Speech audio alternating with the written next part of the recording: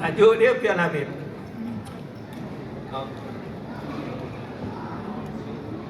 Steady. Satu tepukan untuk seniman Nasir Jani. Okay.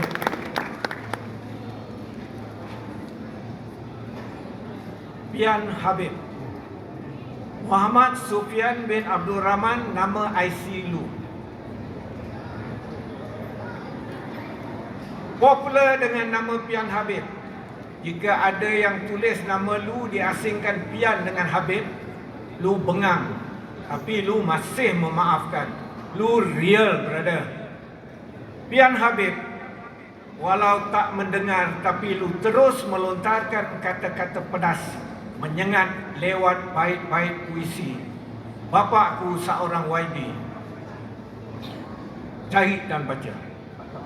Pian Habib, walau Lu tak mendengar, Lu terus melaungkan sajak-sajak Lu.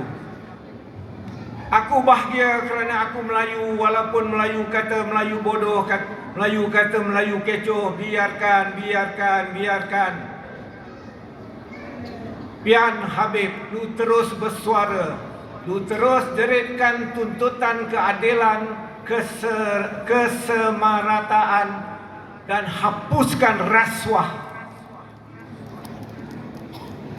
Pian, walau Lu tidak bersama kami lagi, tapi ramai yang masih peka. Terima kasih.